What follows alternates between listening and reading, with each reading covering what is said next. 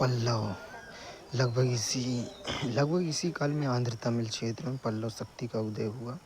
उस आंध्र क्षेत्र में सातवाहनों के पतन के पश्चात इक्ष्वाकु स्थापित हुए थे, परंतु इन्हें पल्लवों ने विस्थापित कर दिया। पल्लवों की उत्पत्ति के संबंध में गहरा मतभेद है। पल्लव का अर्थ सामान्यतः लता से लगाया जाता है। इस मत के अनुसार पल्लव नाम पर्शियन से निकला है। सातवाहन शक संघर्ष के मध्य शकों की एक शाखा आंध्र क्षेत्र में की ओर पलायन कर गई और फिर वही पल्लव शक्ति के नाम से जानी गई, परंतु एक दूसरे दृष्टिकोण से पल्लवों की उत्पत्ति को मिथकी परंपरा से जोड़ते हुए उनकी उत्पत्ति बाह्यलोक से बताया गया है। परंतु इस संबंध में बहुमान मत है कि पल्लव क्षेत्रीय लोग थे और तथा अतिरिक्त प्रतिष्ठा प्राप्त करने हेतु उन्हें अपनी वंशावलियों को बढ़ा चढ़ाकर प्रस्तुत किया। पल्लवों ने अपने आरंभिक अभिलेख प्राकृत और फिर संस्कृत में जारी किए। यही अभिलेख पल्लवों की उत्पत्ति को समझने में महत्वपूर्ण साधन है। इन अभिलेखों से ज्ञात होता है कि इस वंश का प्रथम शासक सिंहवर्मा था, जिसने 3वीं शताब्दी ईस्वी के अंतिम चरण में शासन किया था। इस वंश का चौथा शासक विष्णुगुप्त था, जिसका उल्लेख समुद्रगुप्त के प्रयाग प्रशस्ति में मिलता है। पल्लव शक्ति का उत्कर्ष सिंहवर्मन 550 से 575 ईस्वी के समय हुआ। उसने इसके पुत्र सिंह विष्णु ने अवनी सिंह की उपाधि धारण की तथा अनेक नए क्षेत्रों में अपने राज्य को फैलाया, जिसकी वजह से पल्लव राज्य की दक्षिणी सीमा कावेरी नदी तक जा पहुंची। सिंह विष्णु वैष्णव धर्म का अनुयायी था। इसी के दरबार में किरातुर्जुनियम के लेखक भारवी का निवास था। सिंह विष्णु का उत्तराधिकारी महेंद्र वर्मन प्रथम 600 से 630 ईस्वी था। यह पल्लव वंश के महानतम शासकों में से एक था। इसके समय में पल्लव चालुक्य संघर्ष प्रारंभ हुआ। ऐहोल अभिलेख से ज्ञात होता है कि पुलकेशिन द्वितीय की सेना कांची से 15 मील दूर तक पहुंच गई थी। महेंद्र वर्मन द्वितीय अपनी राजधानी बचाने में कामयाब रहा, परंतु उत्तरी भूभाग पर चालुक्यों का अधिकार हो गया। महेंद्र वर्मन महान शासक के साथ महान निर्माता, कवि एवं संगीतज्ञ था। उसने अनेक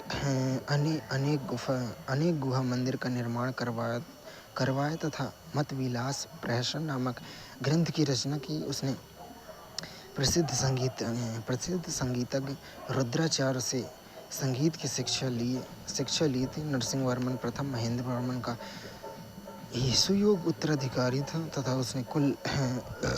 तथा अपने कुल का सर्वाधिक शक्तिशाली शासक भी बना था। उसने चालुक्य शासक पुलकेशिन द्वितीय को 3 युद्धों में पराजित किया था और उसे मार डाला।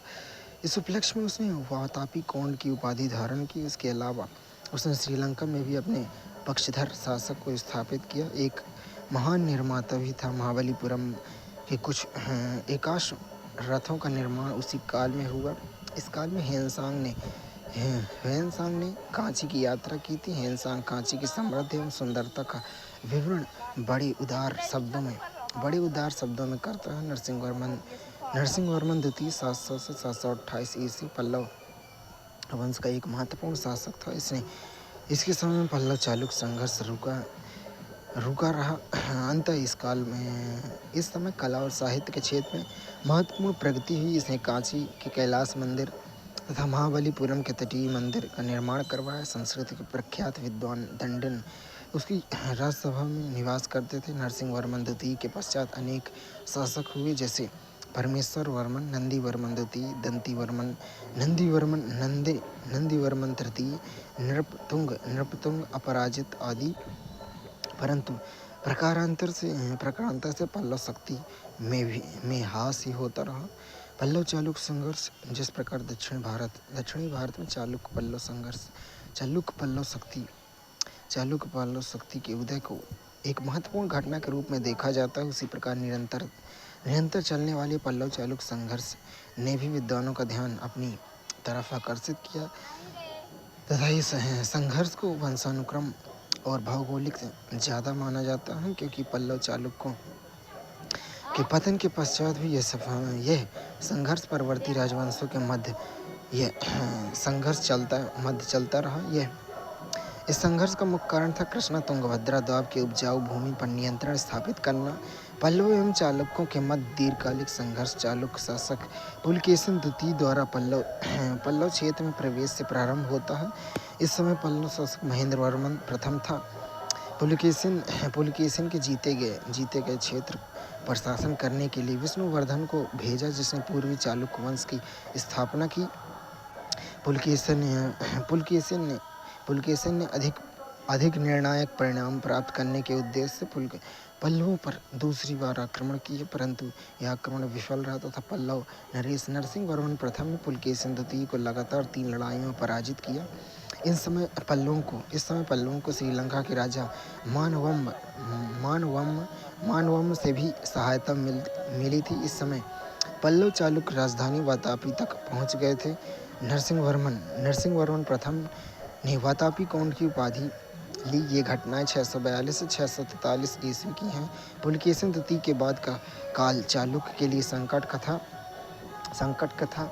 माना जाता है कि पुलकेशिन द्वितीय की मृत्यु के बाद लगभग 17 वर्ष तक सिंहासन खाली रहा। फिर विक्रमादित्य प्रथम जैसे एक महान शासक सिंहासन पर स्थापित हुआ। विक्रमादित्य प्रथम अपने मामा गंग शासक की सहायता से पल्लवों को पीछे धकेलने में सफल रहा। नरसिंह वर्मन प्रथम को वातापी छोड़ने को बाध्य होना पड़ा।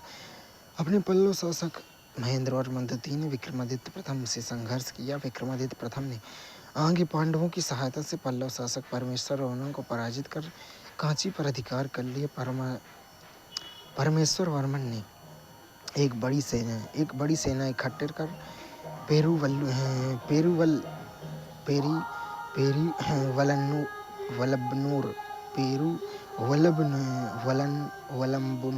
वलंबनूर के निकट चालुक्यों की सेना को निर्णायक रूप से पराजित किया तथा उन्हें बुरी तरह लूटा। चालुक्य शासक विनयदित्य और विजयादित्य को अपने चालुक्य क्षेत्र में लौटना पड़ा। संघर्ष के इस कारण के पश्चात दोनों पक्षों के बीच लगभग 50 वर्षों तक शांति बनी रही। इस अवधि में विनयदित्य के अधीन चालुक्यों ने काफी समृद्धि प्राप्त की, लेकिन विक्रमादित्य द्वितीय के वातापी की गद्दी पर बैठने के साथ ही यह संघर्ष प्रारंभ हो गया। कहा जाता है कि उसने 3 बार कांची को रौंदा। पल्लव चालुक्य परमेश्वर वर्मन गंग सामंत स्त्री पुरुष के हाथों युद्ध में मारा गया। वह चालुक्यों का सहयोगी था। उसकी मृत्यु से पल्लवों के बीच अस्थिरता फैल गई, क्योंकि उत्तराधिकार के प्रश्न पर विवाद था। अंत में नंदी वर्मन द्वितीय गद्दी पर बैठा। पांडव चालुक्यों एवं अन्य शक्तियों के विरुद्ध उसकी स्थिति सुदृढ़ करनी थी। 735 में नंदी वर्मन द्वितीय चालुक्य विक्रमादित्य द्वितीय के हाथों पराजित हुआ।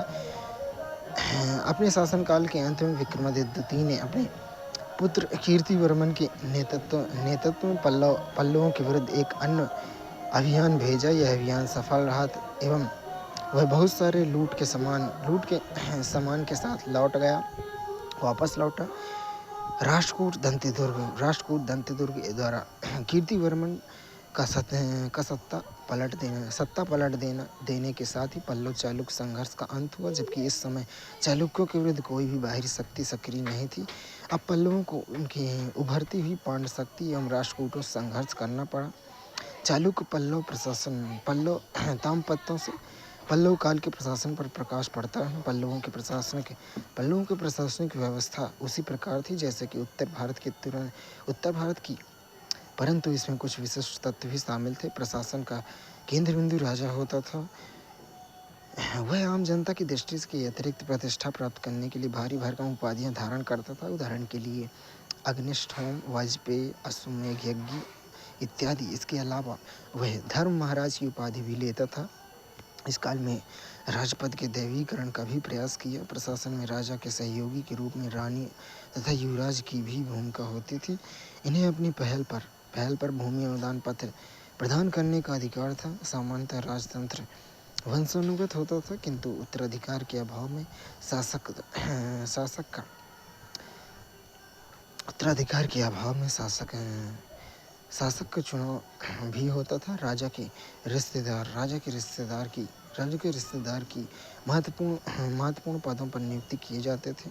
प्रशासन को सुचारू रूप से चलाने के लिए बहुत सारे विभागों की स्थापना की जाती थी। राजा की सहायता के लिए एक परामर्शदात्री संस्था भी होती थी, जिसे मंत्रिमंडल कहा जाता था।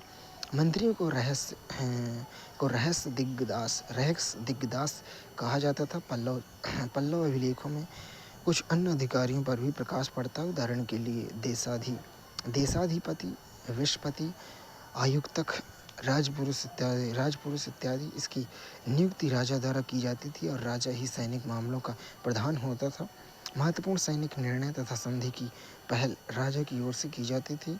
पल्लवों के पास एक सेना भी होती थी जो महाबलीपुरम तथा नेगपत्तन में रखी जाती थी।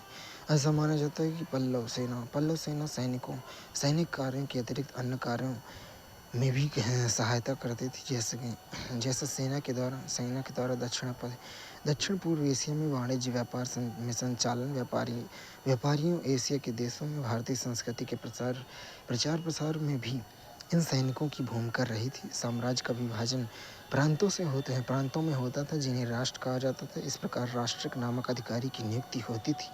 प्रांतों का विभाजन विषयों में होता था। यहाँ विषयक या विषयपति नामक अधिकारी की नियुक्ति की जाती थी। विषयक का विभाजन गांव के समूह में होता था। इन्हें कोष्टम कहा जाता था। प्रशासन की सबसे छोटी इकाई गांव था, जिसका प्रधान ग्राम भोजक होता था। इसके अलावा कुछ अन्य अधिकारियों की भी चर्चा मिलती है। गौलमिक नामक अधिकारी फौजी चौकियों की देखभाल करता था। इस अधिकारी की उपस्थिति प्रशासन में सैन्य तत्वों की उपस्थिति को प्रमाणित करती है। तैर्थिक जलाशयों की देखभाल करता था। ग्राम आत्मनिर्भर होते थे तथा सुदूर दक्षिण में ग्रामीण स्वायत्तता की परंपरा थी। क्षेत्रीय हितों का प्रतिनिधित्व करने के लिए विभिन्न हित समूहों की स्थापना वर्ण व्यवसाय स्थानीय संबंधों और धार्मिक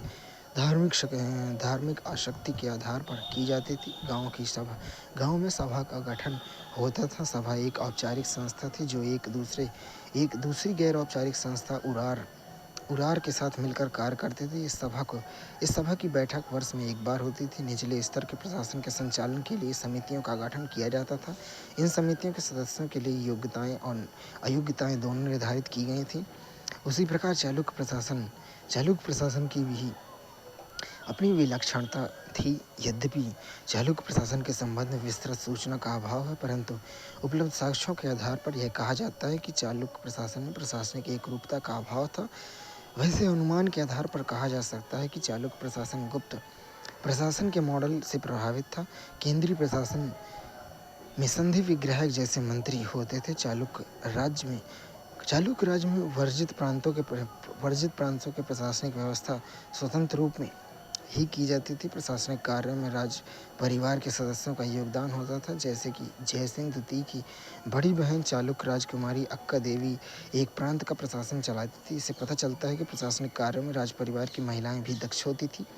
अक्का देवी के बारे में यह भी जानकारी मिलती है कि वह युद्ध के समय मुठभेड़ों और घेरा डालने के कार्यों में सक्रिय रूप से भाग लेती थी। ग्राम प्रशासन की सबसे छोटी इकाई थी। इसका अधिकारी गवुंड कहलाता था। गांव की प्रशासनिक व्यवस्था में महाजन की भूमिका प्रबल थी। वह गांव का श्रेष्ठ जन होता था जो गांव के प्रशासन के साथ साथ सामाजिक एवं आर्थिक जीवन का नियमन संचालन करता था। उसे राजा तथा गांव के बीच की कड़ी माना जाता था।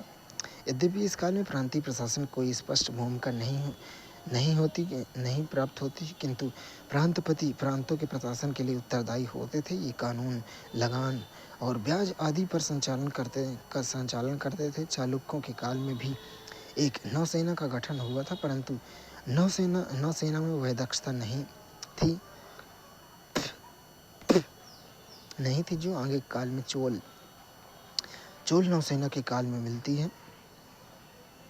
अर्थव्यवस्था, अगर हम पल्लवकालीन अर्थव्यवस्था पर दृष्टिपात करते हैं तो हम पाते हैं कि छठी सदी के पश्चात कृषि अर्थव्यवस्था का तेजी से प्रसार हो रहा था। फिर 9वीं सदी तक उस प्रक्रिया को बल मिला जिसे दक्षिण भारत के इतिहास में द्वितीय नगरीकरण का नाम से जाना जाता है। यह दक्षिण भारत में प्रथम नगरीकरण संगम काल से जुड़ा हुआ है तथा दूसरे जिसकी मूल प्रेरणा वाणिज्य व्यापार से मिली थी। वहीं द्वितीय नगरीकरण को मूल उत्प्रेरणा कृषि अर्थव्यवस्था से मिली है। कृषि अर्थव्यवस्था में नगरीकरण के विकास की प्रक्रिया क्रमिक रही है। जैसा कि हम जानते हैं कि सुदूर दक्षिण में 7वीं सदी तक एक संस्था के रूप में नाडु स्थापित हो गया। नाडु समृद्ध गांव का समूह था तथा यह कृषि की दृष्टि से विकसित क्षेत्र में स्थापित हुआ था। नाडु में अनेक गांव शामिल थे किंतु इनमें सामान्य गांव शामिल होते थे, ब्रह्मदेव और अथवा अग्रहार गांव नहीं। इसलिए नाडु में विल्लार समृद्ध किसान समाज में सर्वोच्च स्थान रखते थे। विल्लार समृद्ध किसानों का प्रतिनिधित्व करते थे। फिर नाडु क्षेत्र में एक बड़ा कृषि अधिशेष उत्पन्न होने लगा। अंततः इस क्षेत्र में निवास करने वाले लोगों को कुछ वस्तुओं की जरूरत हुई जिन्हें प्राप्त करने के लिए वे कृषि अधिशेष का आदान प्रदान करने की स्थिति में थे। अंततः स्वाभाविक रूप से नगरम का विकास हुआ। नगरम व्यापारियों का समूह था तथा नाडु के साथ वस्तुओं का आदान प्रदान करता था। इस तरह नाडु के आसपास के नगरम स्थापित होने लगे। इसमें से कुछ नगरम व्यापारिक दृष्टि से अत्यधिक सफल सिद्ध हुए। वे एक व्यापक व्यापारिक नेटवर्क से जुड़ गए थे। आगे इन्हीं नगरम को आधार बनाकर सुदूर दक्षिण में नगरों का विकास आरंभ हो गया। पल्लव और चालुक्य सांस्कृतिक उपलब्धियाँ 500 ईस्वी से 700 ईस्वी के मध्य दक्षिण भारत में विकसित पल्लव और चालुक्य शक्ति मात्र अपनी प्रतिद्वंद्विता की वजह से ही इतिहास में विख्यात नहीं है, बल्कि अपनी सांस्कृतिक उपलब्धियों के लिए भी स्मरणीय है। इस अवधि में स्थापत्य, साहित्य, कला आदि क्षेत्र में नवीन मानदंड स्थापित हुए। पल्लव एवं चालुक्य शासकों के अंतर्गत दक्षिण भारत में धार्मिक सद्भाव की नीति को प्रोत्साहन दिया। उदाहरण के लिए पल्लव शासकों ने बौद्ध धर्म के साथ साथ ब्राह्मण धर्म को भी प्रोत्साहन दिया। 611 ईस्वी में हेनसांग ने कांची की यात्रा की। वहाँ की धार्मिक स्थिति का वर्णन करते हुए उसने लिखा था कि पल्लवों के राज्य में सभी धर्मों को समान आदर होता है। कांची में उसने बौद्ध धर्म को उन्नत अवस्था में देखा था और तथा उसने वहाँ स्थावर संप्रदाय के 100 संघाराम देखा था। यहाँ लगभग 10,000 भिक्षु निवास करते थे। इस प्रकार चालुक्य शासकों ने भी जैन धर्म के साथ साथ ब्राह्मण धर्म को भी संरक्षण प्रदान किया। इस काल में विभिन्न पंथों को भूमि अनुदान दिए गए। एक पल्लव अनुदान ब्राह्मणों के विशेषाधिकारों पर बल दिया गया। भूमि अनुदान के माध्यम से आर्यीकरण की प्रक्रिया को प्रोत्साहन मिला है। यद्यपि दक्षिण भारत में जैन तथा बौद्ध धर्म को व्यापक प्रोत्साहन मिला, परंतु अलवार, वैष्णव तथा नैनार शैव संतों के अंतर्गत भक्ति आंदोलन के उद्भव के पश्चात विरोधी पंथों के प्रगति को धक्का लगा। वस्तुतः शैव संत अप्पार के द्वारा महेंद्र वर्मन को शैव धर्म में दीक्षित किया गया। अंततः यह घटना जैन धर्म के प्रसार में बाधित सिद्ध हुई तथा भक्ति आंदोलन के माध्यम से एक बार पुनः दक्षिण में ब्राह्मणवादी तत्व स्थापित हो गए। साहित्य एवं कला के विकास में पल्लव चालुक्य शासकों का महान योगदान रहा है। पल्लव शासक साहित्य और विद्वानों के बड़े संरक्षक थे। स्वयं साहित्य में रुचि रखते तथा विद्वानों को सम्मान एवं प्रश्रय देते थे। पल्लव शासकों के समय कांची प्रख्यात शिक्षा केंद्र था। हेनसांग और दिगनाग जैसे विद्वानों ने भी यहाँ शिक्षा ग्रहण की। पल्लवों के संरक्षण में अनेक विद्वान पले, जिनमें प्रमुख है भारवी, दंडिन, मात्रदंत। संस्कृत भाषा एवं साहित्य का इस समय काफ़ी उत्कर्ष हुआ। इस समय तमिल भाषा का भी विकास हुआ। स्वयं पल्लव नरेश में साहित्यिक रुचि विद्यमान थी। महेंद्र वर्मन ने मत विलास प्रहसन तथा भगवदज्जुक नामक प्रहसन ग्रंथों की रचना की। पल्लवों के अंतर्गत भारवी ने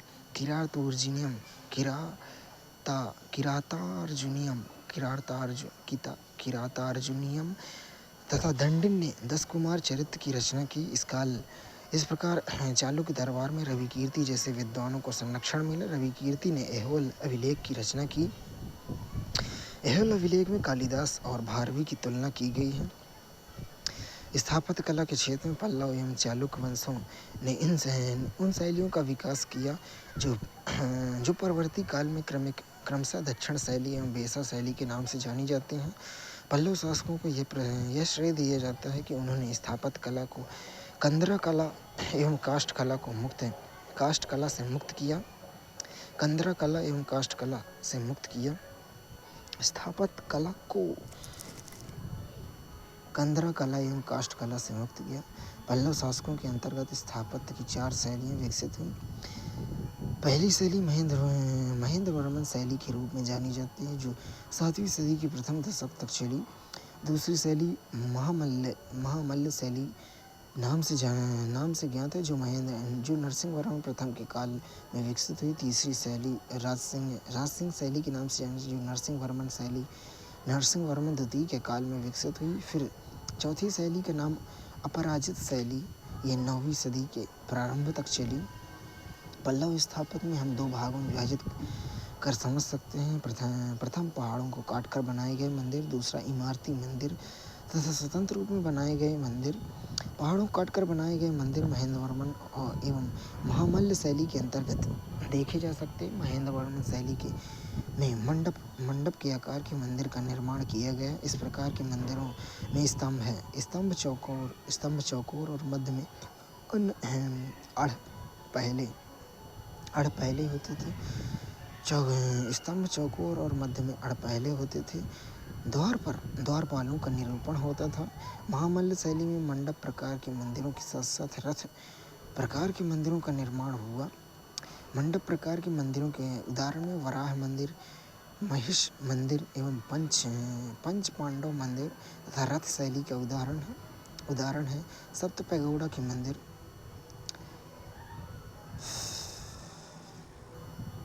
राजसिंह शैली के मंदिरों के निर्माण पल्लवों की राजधानी कांचीपुरम में देखने को मिलता है। सर्वप्रथम इसी काल में के अंतर्गत स्वतंत्र रूप से बनाए गए मंदिरों का निर्माण प्रारंभ हुआ। कांचीपुरम का कैलाश मंदिर तथा महाबलीपुरम के तटीय मंदिर इस परंपरा में निर्मित है। आगे इसका विकास चोल स्थापत्य में देखने को मिलता है। पल्लवों के अंतर्गत तंजौर, पडुकोट्टई, कांचीपुरम और महाबलीपुरम स्थापत्य निर्माण के महत्वपूर्ण केंद्र थे। चालुक्य स्थापत्य का आधार भी द्रविड़ शैली ने ही निर्मित कर दिया, परंतु इस पर नागर शैली का भी प्रभाव देखा जा सकता है। आगे परवर्ती चालुक्यों के काल में नागर एवं द्रविड़ शैली के बीच समन्वय के परिणामस्वरूप एक स्वतंत्र शैली का विकास हुआ, जिसे हम बेसा शैली के नाम से जानते हैं। चालुक्यों के अधीन बादामी एवं पट्टादकल स्थापत्य निर्माण के महत्वपूर्ण केंद्र थे। पट्टादकल में 2 मंदिर अपने ऐश्वर्य में असाधारण है। इसमें से एक है लोकेश्वर शिव का मंदिर है तथा दूसरा विरूपाक्ष पापनाश का मंदिर है। दोनों ही मंदिर 8वीं सदी के अंतिम काल के हैं। इसका निर्माण चालुक्य शासक विक्रमादित्य तृतीय की रानी ने करवाया था। इसकी विशेषता है कि ये मंदिर दक्षिण पथ तथा मंडप से संयुक्त है। मंडप मोटी दीवारों से घिरा है तथा सामने स्थूल स्तंभ है, जिस पर उसकी छत टिकी हुई है। शिखर प्रायः 5 मंजिल का है। चौखटों, स्तंभों आदि पर नाग नागिनों की विविध मूर्तियां बनी हैं तथा रामायण के दृश्य खुदे हैं। पापनाथ के मंदिर का निर्माण शैली इससे भिन्न है। यह द्रविड़ तथा नागर की संयुक्त शैलियों से निर्मित है, जो कि अधिकतर चालुक्य बेसर शैली की विशेषता है। इसका शिखर नागर शैली का है, जिसके हर तीसरे मोड़ पर आमलक है। इन मंदिरों के अतिरिक्त चालुक्य कला के अंतर्गत गुहा मंदिर भी महत्वपूर्ण है।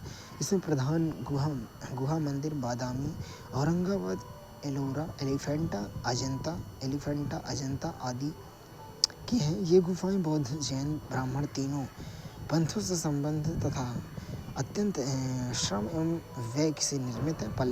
तथा चालुक्य शासकों के अंतर्गत मूर्तिकला और चित्रकला का भी विकास हुआ।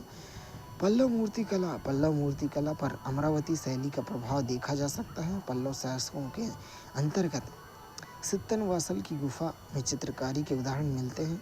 चालुक्यों के अंतर्गत बादामी तथा अजंता की गुफाओं में चित्रों का निर्माण मिलता है। अजंता की गुफा अपने चित्रों के लिए तथा एलोरा अपनी मूर्ति कलाकृतियों के लिए बेजोड़ है। इस प्रकार हम देखते हैं कि पल्लव एवं चालुक्यों के अधीन दक्षिण भारत में न केवल दो महान साम्राज्यों का उद्भव हुआ, वरन सांस्कृतिक क्षेत्र में भी महत्वपूर्ण प्रगति देखी गई है। महाबलीपुरम अथवा मामल्लपुरम क्यों प्रसिद्ध है? ईसा की प्रारंभिक शताब्दी में एक बंदरगाह नगर था। रोमन व्यापार के काल में इसका व्यापारिक महत्व था। आगे जब सिंह विष्णु के अधीन पल्लव शक्ति का उद्भव हुआ तो यह पल्लवों की राजधानी के रूप में स्थापित हुआ। एक पल्लव शासक नरसिंह वर्मन ने अपनी सैनिक विजय के उपलक्ष्य में महामल्ल की उपाधि ली। इसका नाम मामल्लपुरम पड़ा तथा और फिर आगे यह महाबलीपुरम के नाम से जाना गया। यह पल्लव स्थापत्य निर्माण का एक महत्वपूर्ण केंद्र था, इसलिए यह अद्वितीय वास्तुकलात्मक उपलब्धियों के लिए जाना गया है। पल्लव शासक महेंद्र वर्मन तथा उसके उत्तराधिकारी नरसिंह वर्मन ने यहाँ व्यापक निर्माण कार्य किए। महेंद्र वर्मन प्रथम ने मंडप प्रकार के मंदिरों का निर्माण कराया। इस शैली में पहाड़ को काटकर स्तंभ युक्त बरामदे का निर्माण तथा फिर अंदर की तरफ खोदकर कमरे बनाए गए। नरसिंह वर्मन शैली के अंतर्गत महाबलीपुरम में मंडप प्रकार के मंदिरों का निर्माण जारी रहा। इसके अतिरिक्त रथ प्रकार के मंदिर भी बनाए गए। मंडप प्रकार के मंदिरों के उदाहरण में महेश वराह पंच मांडव के गुफा मंदिर। वहीं रथ शैली के अंतर्गत रथों के मॉडल पर 8 मंदिर बनाए गए। महाबलीपुरम गुफा मंदिर के साथ साथ बेहतरीन किस्म की मूर्ति कला के विकास के लिए जाना जाता है। इस पर अमरावती शैली का प्रभाव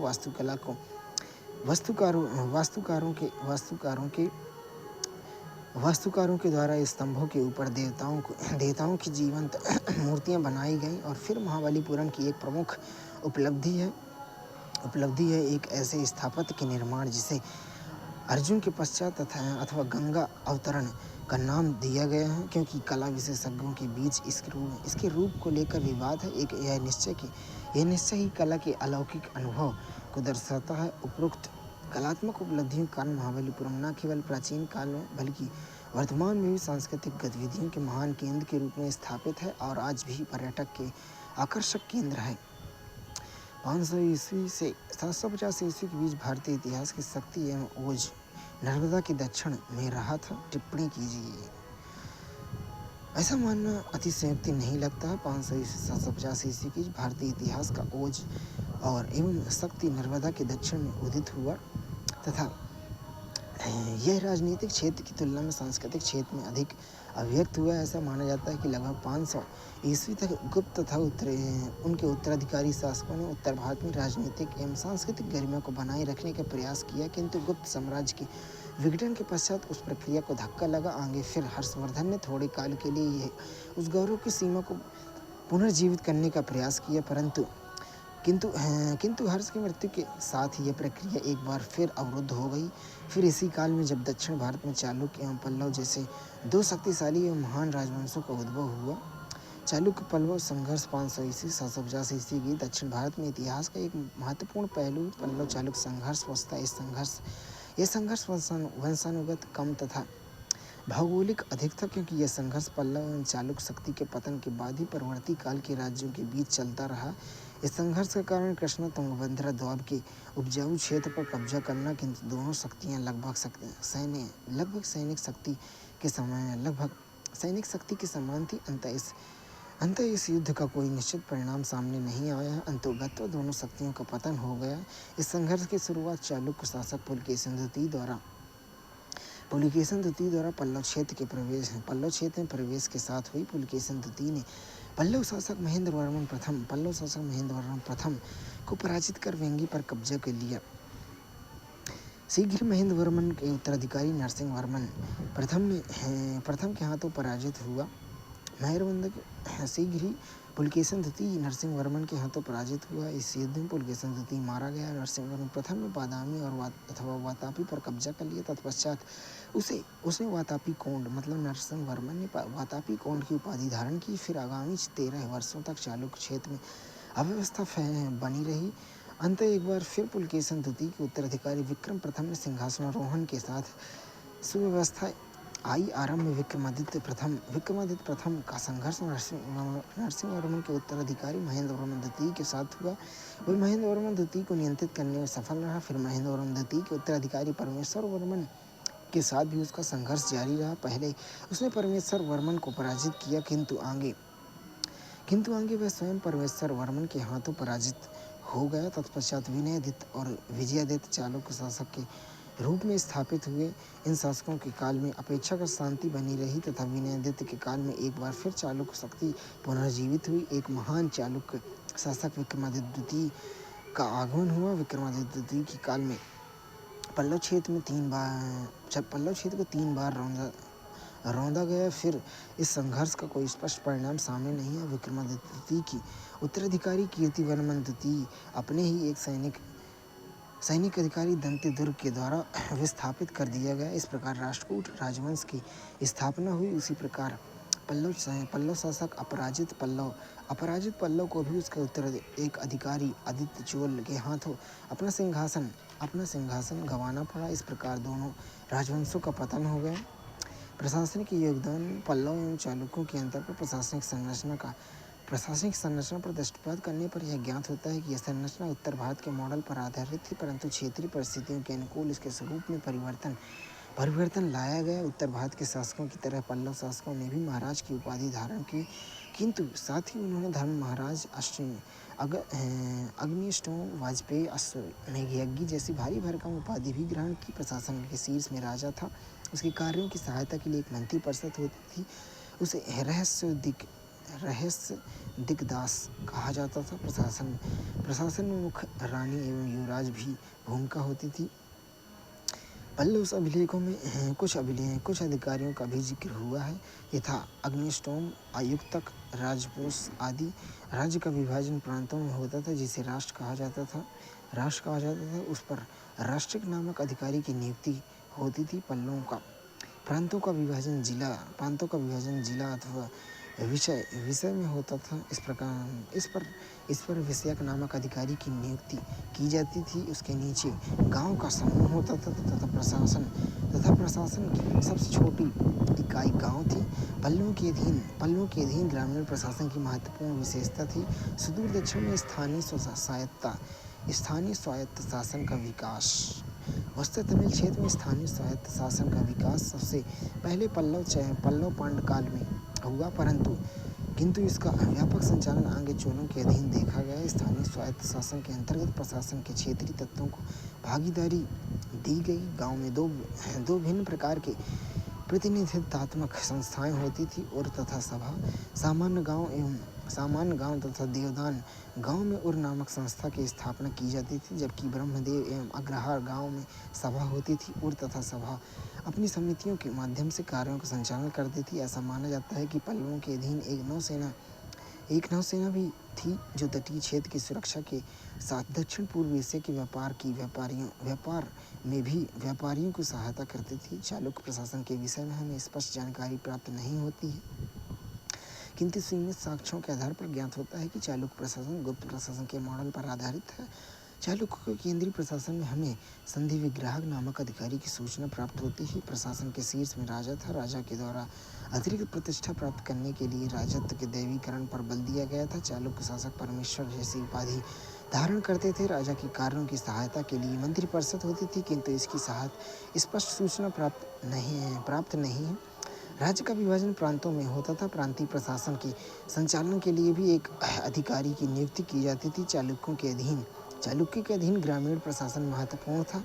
यह एक गवुंड नामक अधिकारी के अंतर्गत रखा जाता था। ग्रामीण प्रशासन में महाजन की भी महत्वपूर्ण भूमिका होती थी। वह केंद्रीय प्रशासन तथा ग्रामीण प्रशासन के बीच कड़ी का कार्य करता था। चालुक्यों के अधीन भी एक नौसेना होती थी, किंतु इसमें एक वह दक्षता नहीं थी जो चोल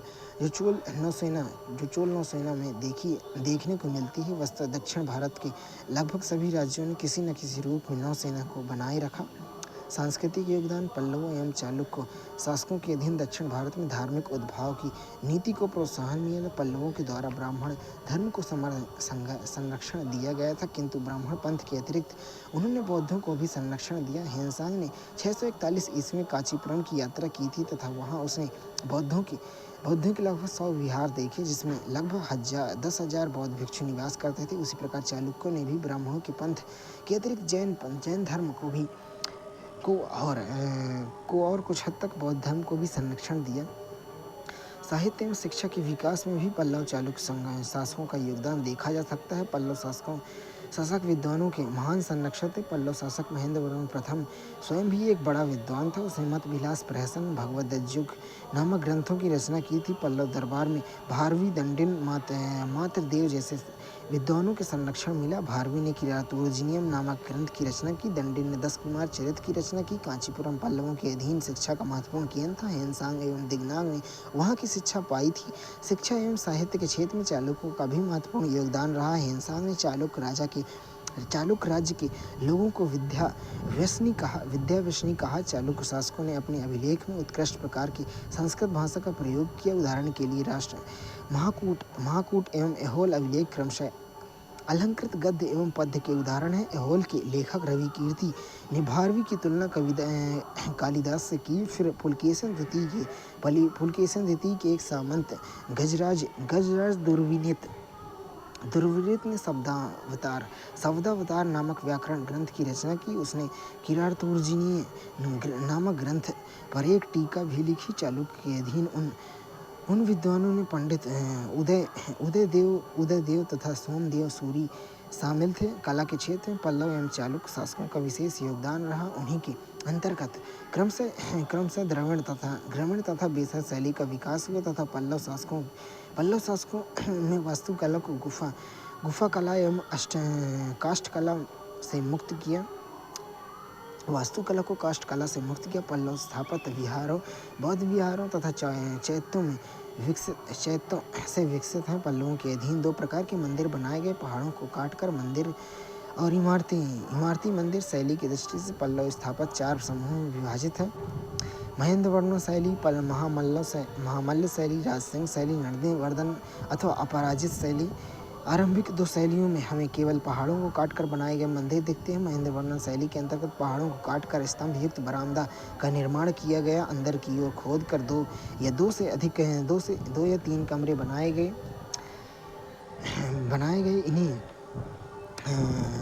इसे मंडप शैली नाम से जाना जाता है। आगे महामल्ल शैली में मंडप एवं रथ निर्माण का कार्य किया गया। महामल्ल शैली के निर्मित मंदिरों में मंडप अधिक विकसित तथा अलंकृत थे। इसमें विशेष रूप से वराह, महिष तथा पंच पांडव के मंदिर उत्कृष्ट मंडप शैली के उदाहरण हैं। इन मंडपों की विशेषता इनके स्तंभ है। ये स्तंभ सिंह पर स्थित है। महामल्ल शैली में रथों का निर्माण किया गया है। एकाश्म रथ विशाल शिलाखंडों को काटकर बनाए गए। ये काष्ठ निर्मित रथों की अनुकृति हैं। कुल 8 रथों का निर्माण हुआ है। युधिष्ठिर रथ सबसे बड़ा और द्रौपदी रथ सबसे छोटा होता है।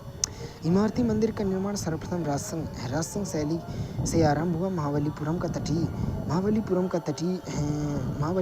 तटीय मंदिर इमारती मंदिर का उदाहरण। नरसिंह द्वितीय के काल में स्थापत्य में द्रविड़ स्थापत्य की मूलभूत विशेषता दृष्टिपात होती है। इसमें मंडप, विमान तथा शिखर का विकास देखा जा सकता है। आगे इसका बेहतर विकास चोल स्थापत्य में देखने को मिलता है। नंदीवर्मन शैली अथवा अपराजित शैली के मंदिर के आकार छोटे होने लगे। निरंतर युद्धों में उलझे होने के कारण संभवतः इस काल तक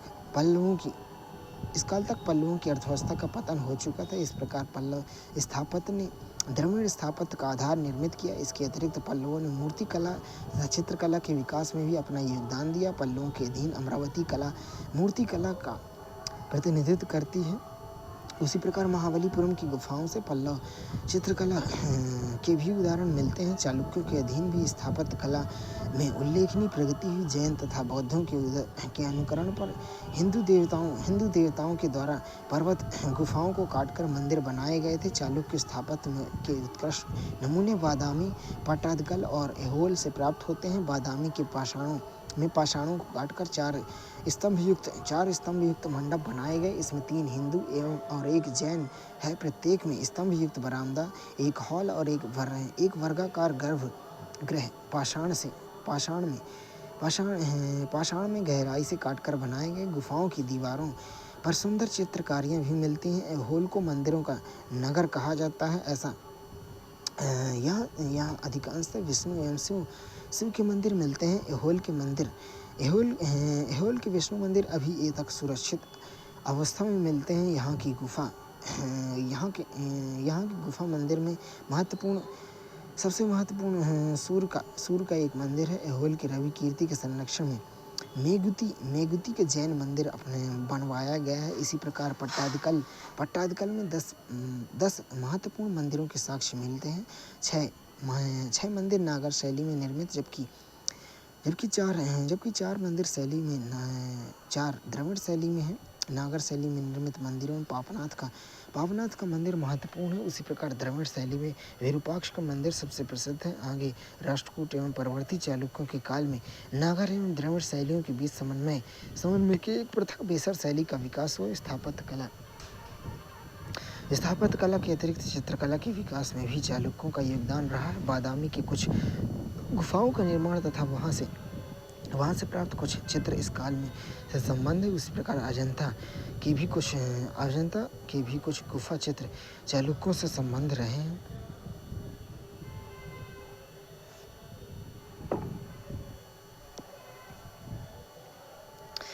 प्रारंभिक भारतीय सांस्कृतिक इतिहास के प्रतिपाद्य प्राचीन काल में स्त्रियों की दशा, पूर्व मध्यकाल तक स्त्रियों की दशा में क्रमिक परिवर्तन देखा जा सकता है।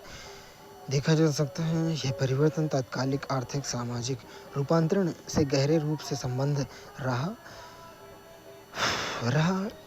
ऋग्वैदिक जनजाति समाज में स्त्रियों की स्थिति बेहतर थी। यद्यपि समाज पितृसत्तात्मक था, स्त्रियों को उपनयन संस्कार, शिक्षा, यज्ञों शवों में भाग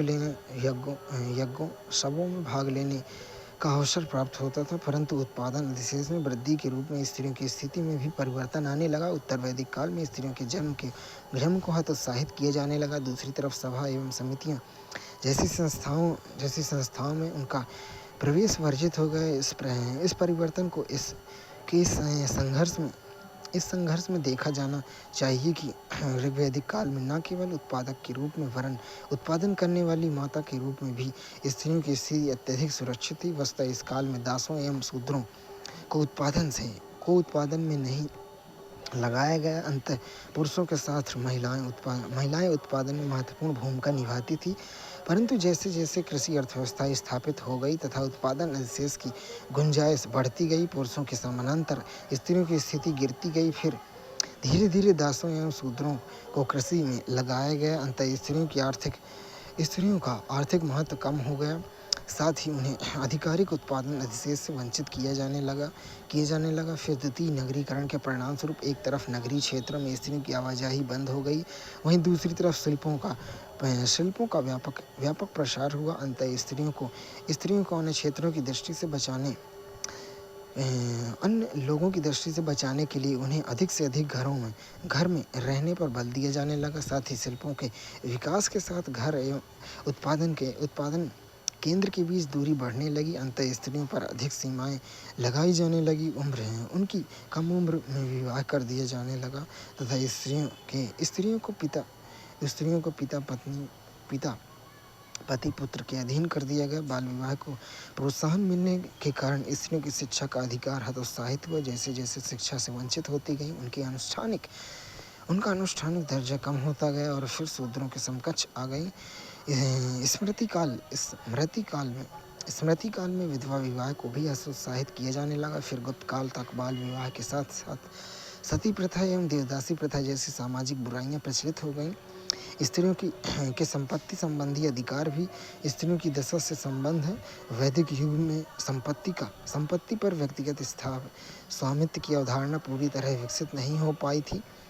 फिर भी इस काल में पशुधन संपत्ति का एक रूप था। जैसे कि हमें ज्ञात होता है कि ऋग्वैदिक काल के परवर्ती काल में स्त्रियों को पशुधन में हिस्सा देने की बात की गई है। इसका तात्पर्य गाय एवं अन्य प्रकार के उपहारों से हैं। वे उपहार जो विवाह के समय महिलाओं को दिए जाते थे। यद्यपि वैदिक समाज की पृष्ठभूमि पशुचारण से संबंध थी और इसका स्वरूप पितृसत्तात्मक था। इस तथ्य की झलक हमें शतपथ ब्राह्मण नामक ग्रंथ से मिलती है। इसमें कहा गया है कि स्त्रियां ना तो संपत्ति को धारण करती हैं, ना ही उत्तराधिकारी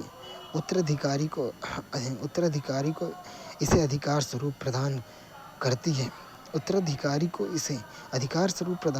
है। इसी तरह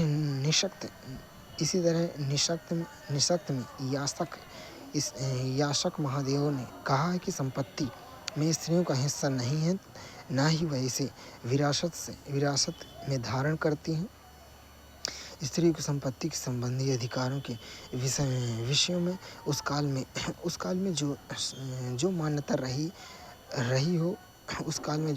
रही हो, परंतु व्यवहारिक रूप में उनके संपत्ति संबंधी अधिकारों को पूरी तरह दबाना संभव नहीं हुआ, क्योंकि अन्य समकालीन समाज में उन्हें कुछ न कुछ अधिकार प्राप्त था। अंततः यहाँ उनका प्रभाव होना संभव था। धर्मसूत्र के लेखकों ने भी पितृसत्तात्मकता को प्रोत्साहन दिया। उनकी यह मान्यता थी कि पिता का उत्तराधिकार पुत्र को प्राप्त है, और अगर उत्तराधिकारी के रूप में पुत्र न हो तो वह संपत्ति बदले में सपिंड अथवा सकुलों संबंधियों को मिले। फिर भी अपस्थ बौधायन तथा वशिष्ठ एवं सूत्रकारों का यह मानना था कि जो आभूषण एवं संपत्ति स्त्रियों को विवाह के समय उनके संबंधियों द्वारा दी गई, उन पर केवल उन्हीं का अधिकार है। आगे धर्मशास्त्र एवं स्मृति साहित्य के उद्भव के पश्चात संपत्ति विषयक अवधारणा अधिक विकसित हुई। इस संदर्भ में मनुस्मृति पहली क्रमबद्ध रचना थी। यद्यपि मनु की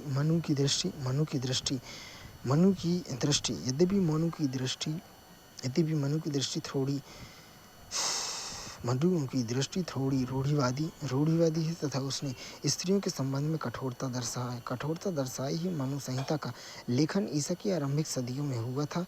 फिर याज्ञवल्क्य, नारद, बृहस्पति जैसे स्मृतियों ने जो गुप्त काल से संबंध है नई कड़ी जोड़ी। साथ ही कात्यायन, भाष, पराशर जैसी स्मृतियों ने अपनी कथाएं प्रस्तुत की हैं। मनु संहिता में संपत्ति विषयक अवधारणा के संबंध में कुछ विरोधाभास भी दिखता है। वस्तुतः आरंभिक धर्मसूत्रों के लेखकों ने आभूषणों एवं उपहारों पर स्त्रियों का अधिकार माना है, किंतु इसके परिणाम स्वरूप